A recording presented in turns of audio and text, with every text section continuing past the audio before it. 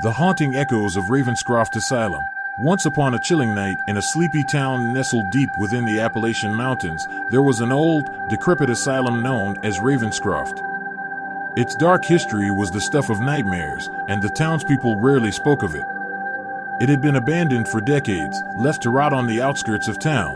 The asylum had once been a place of horror, where countless patients had suffered unspeakable atrocities at the hands of sadistic doctors and nurses. The stories were grim, filled with tales of experimental surgeries, cruel treatments, and inhumane conditions. In the autumn of 1973, a group of 4 adventurous friends, Sarah, Mark, Emily, and David, decided to explore the abandoned Ravenscroft Asylum.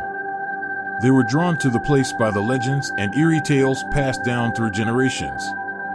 Armed with flashlights, cameras, and a sense of curiosity, they set out on their terrifying journey. As they entered the asylum's decaying entrance, the air grew colder, and their footsteps echoed ominously in the empty corridors. The walls were peeling, and the floors were littered with debris, remnants of a forgotten past. Their exploration led them deeper into the asylum, and they soon found themselves in a dimly lit room filled with rusted surgical instruments. The walls were stained with what appeared to be dried blood. It was a chilling reminder of the horrors that had transpired within these walls.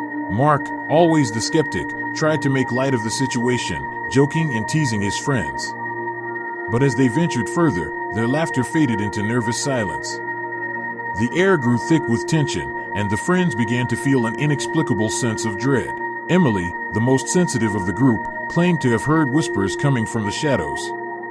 She swore she saw ghostly figures darting in and out of the corners of her vision. Sarah brushed it off as her imagination running wild, but doubt had begun to creep into their minds. As they continued their exploration, they came across a room at the end of a long, dimly lit hallway. The room was different from the others. It was covered in strange symbols and eerie drawings on the walls. In the center of the room, there was an old, weathered book. Its pages were filled with cryptic incantations and ominous warnings. David, always the adventurous one, couldn't resist the temptation and picked up the book. As he read aloud a passage, a sudden gust of wind blew through the room, extinguishing their flashlights. Panic set in as they fumbled in the darkness, trying to find their way out. In the pitch-black darkness, they heard the whispers again, now louder and more sinister. Shadows danced around them, and the temperature dropped dramatically. Emily screamed as cold, bony hands brushed against her skin. The friends stumbled out of the room and ran blindly through the asylum's corridors, desperate to escape. But the asylum seemed to have a malevolent force of its own, shifting and changing its layout. They were trapped in a nightmarish maze. As they continued to run, they heard the echoes of tortured screams and agonized cries, as if the past horrors of Ravenscroft were replaying before their very eyes. Their flashlights flickered back to life just long enough for them to catch glimpses of grotesque apparitions, doctors and nurses performing horrific surgeries on patients who were long dead. Finally, after what felt like an eternity, they burst through the asylum's front doors, gasping for breath and covered in sweat. The asylum's malevolent presence seemed to release its grip, and they were free. The friends vowed never to speak of their nightmarish encounter, but the horrors of Ravenscroft Asylum would haunt their dreams for the rest of their lives.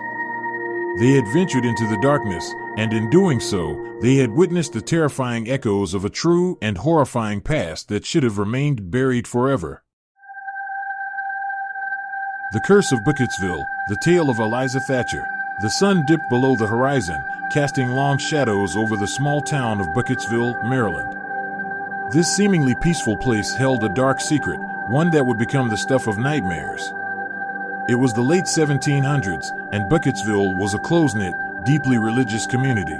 The town's residents were fervent believers in their faith, and they practiced their religion with unwavering dedication.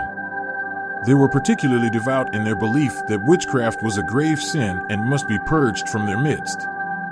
This fervor would lead to a horrific event that would haunt the town for generations. In 1785, a young woman named Eliza Thatcher arrived in Bucketsville, seeking refuge from a troubled past. She was an outsider, her arrival met with suspicion and fear. Eliza was a solitary figure who kept to herself, living on the outskirts of town in a small, ramshackle cottage. As time passed, the townspeople began to whisper about Eliza. They believed she was a witch, citing her odd behavior and unconventional ways as evidence of her malevolence. Rumors spread like wildfire, and the town's religious leaders declared her a witch who must be purged for the salvation of the community. One fateful night, a mob of angry townsfolk descended upon Eliza's cottage, torches in hand and hatred in their hearts. They dragged her from her home, accusing her of dark deeds and consorting with the devil. Eliza, terrified and defenseless, pleaded her innocence, but her cries fell on deaf ears. The mob tied Eliza to a gnarled oak tree deep in the woods, where they intended to execute their cruel form of justice. As the flames from their torches danced around her, they chanted prayers of exorcism and condemnation. In her final moments, Eliza uttered a curse, vowing that her tormentors and their descendants would suffer for their injustice. The crowd watched in horror as Eliza's body was engulfed in flames, her piercing screams echoing through the forest. The townspeople returned to Buckettsville, believing they had rid their community of the witch's curse. But they were wrong.